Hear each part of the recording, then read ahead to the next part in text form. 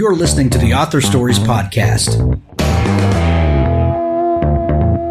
bringing you the story behind the stories and the storytellers.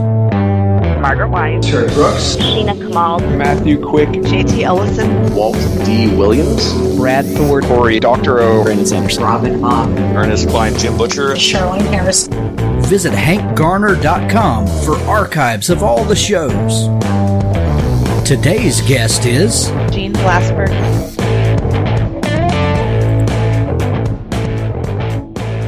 Thanks for tuning into Author Stories. We've got a great show lined up for you today. Be sure to go to hankgarner.com and subscribe to the show. No matter how you listen, Apple Podcasts, Google Play, Stitcher Radio, Pandora, Spotify, or YouTube, you can subscribe to the show and never miss an episode. I'd like to thank some sponsors today. Scribophile is a respectful online writing workshop and writers community. Writers of all skill levels join to improve each other's work with thoughtful critiques and by sharing their writing experiences. We're the writing group to join if you want to find beta readers, get the best feedback around, learn how to get published, and be a part of the friendliest and most successful writing workshop online. Improve your writing by receiving detailed critiques. Learn from a vast collection of free writing resources. Make lifelong friends in our busy community of writers. Writing is a solitary art, but that doesn't mean you have to be lonely. Lucky for you, there are thousands of writers on Scribophile every day, and we're a really friendly bunch. You've never seen a writing group like this one? Join Scribophile today at scribophile.community. For the Words is a unique writing motivator unlike anything I've seen. For the Words is an online writing platform which motivates writers of all backgrounds to increase their word count through gamification. Writing can be challenging, especially when you need to consistently produce a high output of words. By injecting a little fun into the routine and using daily rewards to promote a healthy writing habit, For the Words makes it easier to reach that word count. We're a community of bloggers, professional authors, college and high school students, research scientists, gamers, and first-time writers from all over the world. Come for the words, stay for the fun. Go to that's the number 4, thewords.com. Both Sides of the Law, the Casper Halliday NYPD series, Book 1 by Nathan Roden. He shared his father's dream of becoming a detective. A prison sentence was not part of his plan. Casper Halliday's dream began to unravel 2 months before his 16th birthday. His father, Bobby, resigned from the NYPD after 15 years without an explanation. Casper's parents fought. Sirens closed in on their home from every direction. The sound that had always been a source of comfort now brought only humiliation. Bobby Halliday moved out. Casper's dream dissolved into a daily fight for survival. All he wanted now was to finish high school so he could ease his mother's burden. On his 17th birthday, in the throes of depression, Casper made a bad decision. That decision brought him face to face with one of the most dangerous men in the city. In Casper's world, there is laughter and there are tears. There's light and there's bitter darkness. There are improbable friends and unspeakable enemies. The Casper Halliday NYPD series launches with the most unlikely of beginnings. Read Both Sides of the Law today. The ebook edition includes a sneak peek of Ghost Man, Book 2 in the series. Writers, the internet is one of the best tools for research and creativity. It can also be one of the biggest hindrances to productivity, distracting you from doing the seat in the chair, hand on keyboard work. Rescue Time gives you an accurate picture of how you spend your time to help you become more productive every single day. Spot inefficiencies in your day and become better at managing your time. Create a goal like spending less than 1 hour per day on email to help you stay focused. Set an alarm to tell you when you spent more than 2 hours on Facebook. Try Rescue Time and use our special discount code for 30% off a Rescue Time premium account by going to rescuetime.com/authorstories. Let us help you rescue your time.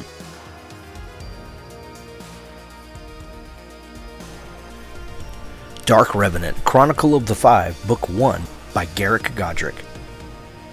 A peculiar boy with a remarkable ability, a secret society on a dark crusade, an extraordinary device that could change the world. 14-year-old Cody Calder is a frightened, insecure boy who wants nothing more than to find courage and self-worth. He has a difficult decision to make. He can go with his family and confront his fears, or stay behind and hide at his uncle's farm. If he stays, he must say goodbye to the two most important people in his life. If he goes, his decision could change him forever.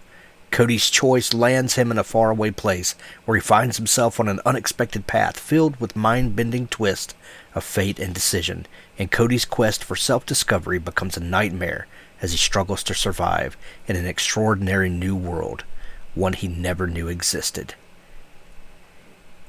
Pick up today, Dark Revenant, Chronicle of the Five, Book 1. We're going to be talking more about this amazing series. Well, thanks for joining me again for the Author Stories podcast, where I bring you the story behind the stories and the storytellers. Today, I'm really excited to have Jeanne Blasberg back on the show with me. She was on last year talking about her fantastic novel, Eden, and she has a brand new release out that when you're hearing this will be available everywhere. It's called The Nine, and it is the perfect follow-up to Eden, and I think you'll see why in just a little bit. Welcome back to the show, Jeanne. Thank you, Hank. I'm so excited to be here. I'm excited to have you back. So it's been an exciting year for you. What's been happening? Well, it really has. Actually, Eden came out in 2017, and it's really taken on a life of its own, found itself into so many places and onto so many bookshelves. It's been a thrill, really. Like, the most satisfying thing is getting emails and messages from readers who have connected with that book. So that's been exciting. And I have to tell you, I had a second manuscript kind of fairly ready to go when Eden went to press.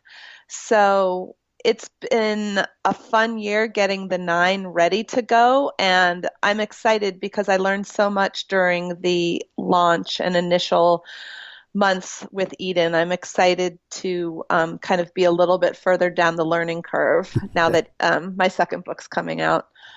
So let's talk about Eden for just a minute. What was it about that book that had such a kind of an underground movement that as it gained in popularity? What was it about that book, do you think, that connected and resonated with readers so much? That's a great question. I really think what drew me to write it and what has connected with readers is that there are generations of women who have kind of gone down that acceptable path of what society or their parents or other people expected them to do when they were, quote unquote, in trouble or in unspeakable circumstances with unplanned pregnancies or things like that. And we've actually now living in an age where secrets aren't kept as much anymore. And I think I've kind of hit on this moment in time where people are unburdening themselves with stories, with secrets, with things they couldn't talk about before for fear of being judged, especially women, obviously. And there's this grand acceptance of our histories and our pain and our losses and maybe the secrets we had to keep. And so I think my book stimulated some of that conversation, but I think it also appeared in the world at a time when, our daughters and kind of women growing up now are surprised. And so it's like this explanation of how things used to be, and you're so lucky it's not like that anymore. And I think I just hit like a really poignant moment, and it's exciting. It is a great time to be a young person. Well, and stories and books really help to forge that path. They give us a safe place to hear other people's stories, and that we can see ourselves in that, and it maybe gives people a little peace and possibly some courage to face their story and maybe even to share their story. Absolutely. I've had dozens of messages, really heartfelt messages along those lines, where people have made life decisions, whether to find a birth parent or to decide to call a birth parent, or to reach out to someone, a long lost relative that they hadn't fessed up to before. I mean, I don't know. And mothers and daughters just talking about their situations. It's really been the most rewarding outcome of writing the book is hearing some of those messages and knowing that it really touched people in an important way. Well, and we all want to write a story that entertains people and that people enjoy reading and they have a good experience with, for entertainment value. And that gives us a certain pride to know that we've done our job well, and that we help people escape for a little bit. But when someone tells you that your story moved them deeply and it connected with them on a personal level and it empowered them, that's a whole other thing, isn't it? I mean, absolutely. I do want to write books that are entertaining, but this is my blood, sweat, and tears on the page. And, and I'm not the fastest person of getting a book, out. So I do think that for me, if it doesn't have a higher purpose beyond entertainment, I don't know that that's like the best use of my time. And I'm really motivated to write stories that elevate the conversation, add to the conversation, are catalyst for conversation. That's what I think my role is in being a writer. Right. Well, Jeanne, I'm sure you've read, and I think we all have, books that strive for a higher purpose, but come across as preachy, maybe as very heavy-handed, and sometimes a great story opens up conversation, but doesn't necessarily interject all of the answers. How do you walk that fine line of having something to say and knowing that that your story is at least shooting for a higher purpose, with just beating people over the head with what you think your solution is to that? I would have to say having a great editor, also having a good editorial eye. In your early drafts, you tend to repeat a theme maybe more than you need to, and it's not until the revision process comes along and you have people read for you or where you see, I don't need to say that again. So I think less is more. Refinement is really important. I also feel like with a book like Eden, what people enjoyed was I left a lot of things unsaid. And people see themselves more in a story when they are putting the pieces together in their head. It actually engages your brain more, and you are doing some problem solving and figuring out yourself. So you're actually more embedded in the story. So there is an art to not including all the facts and making everything tied up, and there is an art to leaving enough empty space for the reader to find him or herself in. And it's really the connection between that writer and the reader in those open spaces where all the magic happens, I think. So that's a really good question. It's a good reminder for what I hope to do in my books. I like what you said about leaving space in there for us to find ourselves in the story.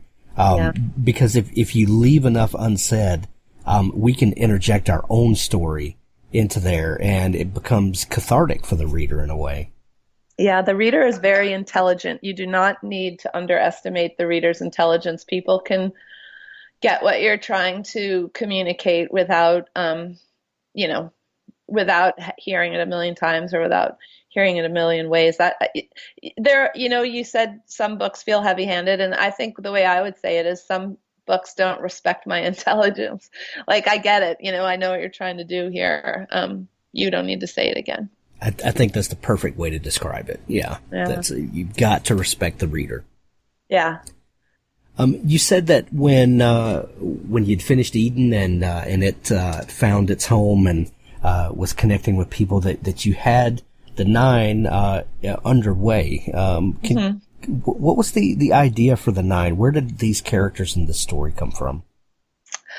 Well, the 9 took form in my brain while Eden was still sitting on my desk, because I had all of these revisions and a lot of great feedback that was going to require a lot of work. And instead of digging right into the revisions, I thought, well, maybe I'll just make life easier on myself and write a very straightforward novel that doesn't have all of the challenges that I've created with this very ambitious book with many characters in Eden.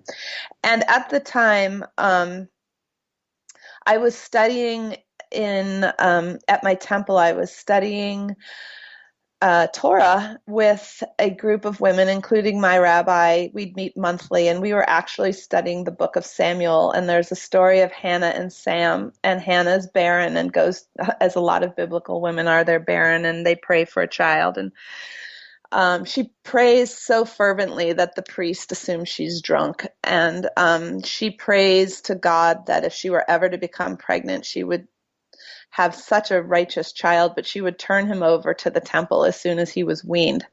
And that really struck me because that was at a moment where my kids were ready to kind of be turned over to the world. Kind of at a young age, they were going to a boarding school. And so in my head, I turned the temple into the academy, and I turned the priest into the headmaster. And I have always been a big fan of the campus novels. So just imagine my creative juices kind of got going from there. And I saw this moment when we turn our children over as such a moment of vulnerability for parents. It's a moment of resistance, but it's also a moment of pride. And I wanted to really explore that. At the same time, there was all these scandals in the news around these very elite secondary schools in New England, practically none of which went unscathed, around sexual misconduct, like sexual abuse historically that'd been covered up. And so there was this idea that the people in charge weren't necessarily living up to that contract of trust with the parents, and in loco parentis, that in place of a parent promise or actually legal commitment, had not been adhered to for all these years. And I wanted to play with that moment when a mother hands her child over, and it's a leap of faith, and then things just don't turn out the way you think they're going to turn out. And so I really started the book in 2012 or 2013, but again, it's now 2019. It wasn't something that I just ripped off because I was having a certain experience.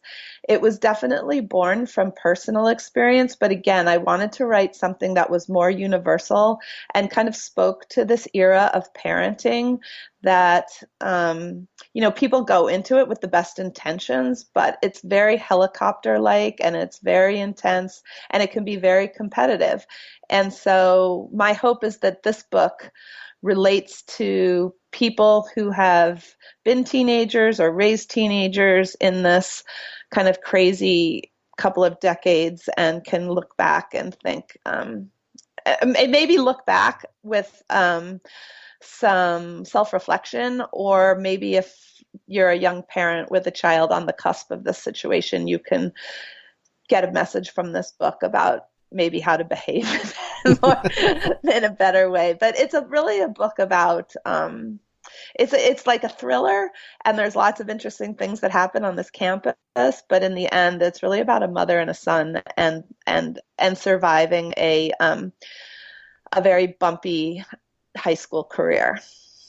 Well, I also have been fascinated with that story of Hanna and Samuel, and the thing that always struck me is that in the biblical story, she makes this vow that she'll turn the baby back over to the temple as soon as he's weaned, like you said, and then that puts her in a situation that she's right back where she started from. Yeah, I know. And that brings up, or it has to bring up all sorts of emotions.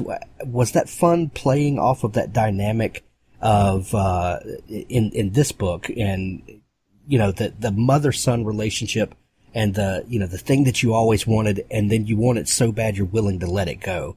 That's just rife with all kinds of tension. Absolutely. And you know what's incredible, Hank? Like, that story was probably written 2,000-3,000 years ago. I don't know. And it's so relevant today, that moment of letting go. And, the definition of weaned is, I can take it very liberally, like weaned, as in they're not nursing anymore, or like in 2019, weaned might be when they're 18 years old. I don't know, but weaned.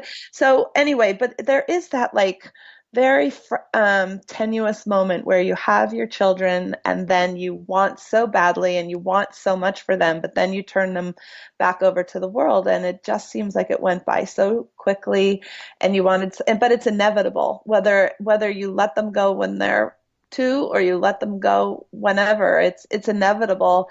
And so it's kind of really an examination of that moment. And I think it's such a vulnerable, interesting time. And I think parents can really relate to it. You really have to have a faith in your kids and faith in the world, which is sometimes, I think faith in your kids is easier. I think faith in the world is harder. Yeah, I agree. Boarding school is, it's a rare American, tradition. I was talking with an author from England a couple of weeks ago, and she was talking about how her American friends didn't really understand the whole boarding school culture, but for her it was a great honor, even though she missed her family. But it was an experience that was that families made sacrifices so that their kids could do. What kind of research, or how did you get familiar with the boarding school culture to effectively tell the story? I do have English friends as well, and their kids usually go off at a younger age. I live in New England. I think there's a strong boarding school culture here. Maybe it's because we're an older region, but schools were started in the late 1700s, early 1800s to draw upon and educate like fine young men, and people came from all over. So there's really a long history of families for decades sending their kids to boarding school because that's just the way it was done, and it's fairly much an upper class section of society, and it's kind of playing with that same privileged class that I wrote about in Eden, where they've got opportunity and privilege, but it's not without a price. So I am familiar with the boarding school life. I went to high school myself at a big public high school in Southern California, but I met my husband who'd gone to boarding school. And when he was telling me about it, I said, "Oh my gosh, what'd you do wrong?" Like I thought maybe he'd gotten caught doing something terrible and had to be sent away.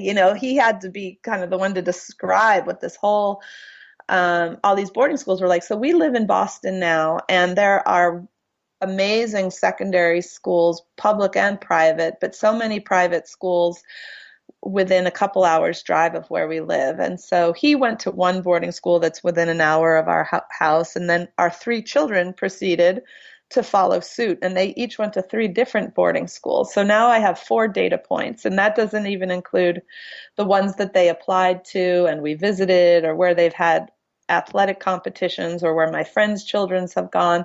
So I felt like going into this, I had a pretty good, at least personal anecdotes and personal knowledge of several schools. So the research itself that way, like the emotional research, was not hard. And then unfortunately, the scandal research was not hard either, because if you Google New England boarding school scandal, you will have like 3 months worth of reading to do on the internet. And it's a contemporary book. It doesn't have a lot of historical setting. I do set the school. It's a fictional school. I set it in a town and kind of describe it in a very prototypical way. But it isn't like I had to do research on a specific place that really existed. So. Well, you mentioned the theme of privilege, and that was a big theme in Eden, and it is again in the 9. This idea of institutional privilege and these old institutions, these staid things, and the kind of attitudes around that really come out in this book. What were some of the things you were trying to say about these old institutions and the ideas of them being kind of above and beyond the norms? Yeah, well, um, as with any very entrenched institution, they've got their own set of rules they kind of operate under. They're self-policing. Um, they're hard to examine. They're not transparent. So um, leaders and administrators can kind of do things the way they want to do them and handle situations the way they want to handle them, um, or they have in the past without a lot of examination or inspection from the outside world. And that's kind of come to light in some of these cases where it's been shown that teachers were just kind of given recommendations to move to other schools, or were kind of honorarily dismissed, but there were never any criminal charges against um, teachers who may have abused children. And anyway, so kind of this feeling of being above the law and operating under their own sense of laws, I think, is a very privileged, entitled attitude. In addition, there's kind of the old way these schools operated. They were all men. They were from boys from families who could afford it. There wasn't a lot of financial aid or scholarship. And now they're operating in an era where there's more, there are kids coming from all over the world, not just from the United States. They're boys and girls. They're offering lots of scholarships, and so there's kids from different walks of life, but there's this entrenched kind of group of alumni potentially who liked it the way it was before, who may be disgruntled by all of the openness and diversity. So I kind of play in my book with this group of old Dunning Academy and kind of the way it's trying to be more progressive, and how there's culture conflict there. And I think that's the vehicle I use to portray the institutional privilege, or just kind of this very, very hard to extract culture. Like I say at one point, you can bring in all the diversity you want, but you're hanging it on this scaffolding that was built to promote certain kids and certain families. It's just, Right. It just goes way back, and it's very challenging. Well, and when you have this backdrop of this institutional privilege and these old institutions, like you said, that are built for a specific purpose, and then you place this mother-son relationship that we talked about earlier, you hang that on there. This makes for fantastic storytelling. What were some of the things that surprised you in writing this book? Maybe things you discovered about characters, or the way the story started unfolding. Were there any surprises for you in writing it? Yeah, there were. I have a character in my book named Sean Willis, who is Sam's dorm parent. He's a 25-year-old hockey coach who's new to the school. He was hired to be the assistant hockey coach after he blew out his knee, and 3 weeks before he's supposed to start his job, the head hockey coach dies of a heart attack. So he's been catapulted into this job that he is really not ready for. And he's managing 65 young, like, brilliant boys in a dorm, and he's in way over his head. He's more like a boy than an adult. And when I started writing The Nine, I thought he was going to be one of my villains. I really didn't like who he was. I was modeling him actually after a person that I didn't care for very much. And I thought he was going to be my villain, and he was going to be the main foe in Sam's life. And he was going to really be like the thing that Hanna and Sam had to deal with. And the more I wrote him, I'm like, oh my God, he's this 25-year-old guy. His parents really want him to get a good job. They're putting just as much pressure on him as Sam's feeling. And then he falls in love with the librarian, and he becomes like one of the redeeming characters of the book. So it was interesting how I was writing him, that I was more and more compassionate for his situation. And I had him, his character's transformation, I think, was one of the things I was completely not expecting to write about. And it became a very important transformation, and he's a very key character in the book. So I I really laugh when I think about how Sean Willis is a good guy now. It's so much fun when a story takes another turn and you're like, oh my gosh, and they kind of take on a life of their own. Yeah. What did you learn in writing the 9 that maybe your time working on Eden prepared you for? Was the second book easier? Had you learned some things along the way that made the second book easier, or is it just a completely different experience? No, it was, like I said, the 9 was kind of my mistress. I was working on the side when I should have been finishing Eden.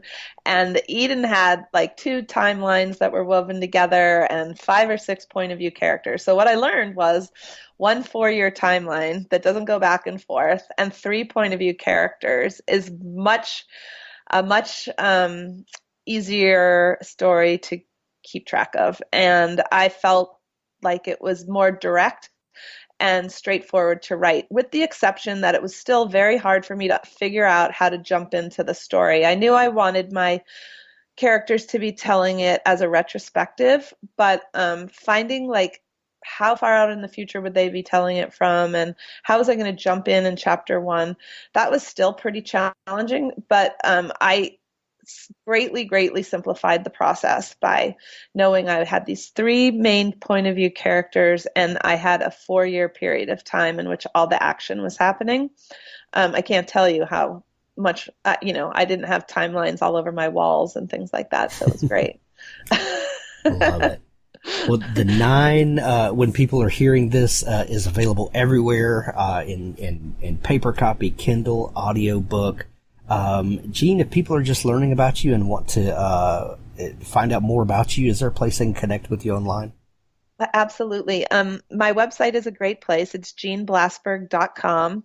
It also has links to my presence on social media. I love Instagram and Facebook. I'm Jeanne Blasberg Author on Instagram, and Jeanne Blasberg Author is my Facebook page as well. But all that's on my website. And again, I love to connect with book clubs and readers, and so please be in touch through my website. We'll link up all of that in the show notes. Jeanne, what are you working on now? I have a 3rd manuscript in the works that actually combines my imaginary worlds of Eden and the 9. There is a summer that Sam spent. So Sam, my main character in the 9, spends a summer in Long Harbor, which is the setting of Eden. So there's a slight cross-pollination there.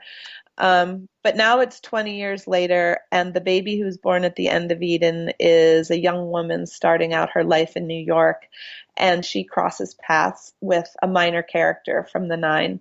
But the book I'm working on now is written from, the Eden baby was Ray Stern and her roommate. So it's written from her roommate's point of view, but you get the satisfaction of kind of what's happened to the women in Eden 20 years later.